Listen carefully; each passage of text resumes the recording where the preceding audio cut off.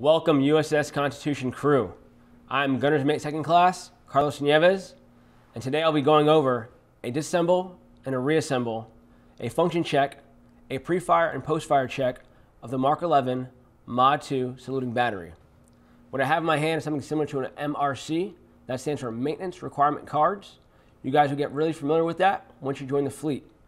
What a MRC is a step-by-step guidance on how to perform the job. In this case, it will be disassembling the gun and reassembling the gun. Welcome back, Constitution crew. What I have in my hand is a pre-fire check that we'll complete together.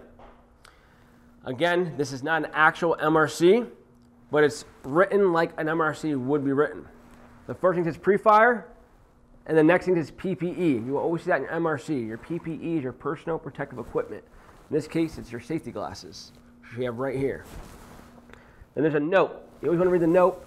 The notes are to remind you of what you're supposed to do and to give you helpful hints of how to complete the next steps. The first note says, if you cannot complete a step, contact the security department with a step you cannot complete, what action you took to try to complete it, and leave your time and your contact information. Now we're going to step 1 of our MRC. It says remove back cover. This is the back cover. We'll remove that. And it says lift top cover to expose breech. This is the top cover, expose our breech. To ensure the breech block is fully flush with the top of the gun, which it is.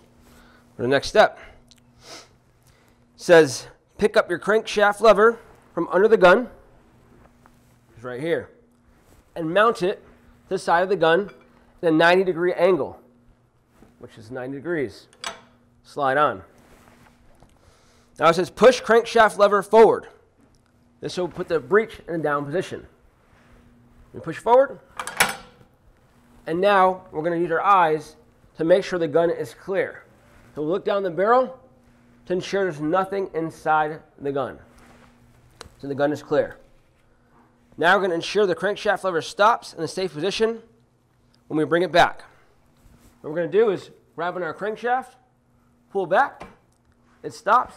That's going to be our extractor lever. We're going to pull that back, bring our crankshaft to the lever stop. That's our safe position. This gun is now cleared and safe. We'll continue with our steps. We're going to grab onto our lever stop, pull to the side, grab our crankshaft, and pull down, and should hear a click. That's the firing pin engaging. There's a click. Now it says ensure your safety glasses are on to prevent any debris from falling in your eyes. The next step we're going to do is check to make sure the firing pin is present. We put our safety equipment on, and we're going to look underneath the breech of the gun, and we're going to ensure the firing pin is protruding.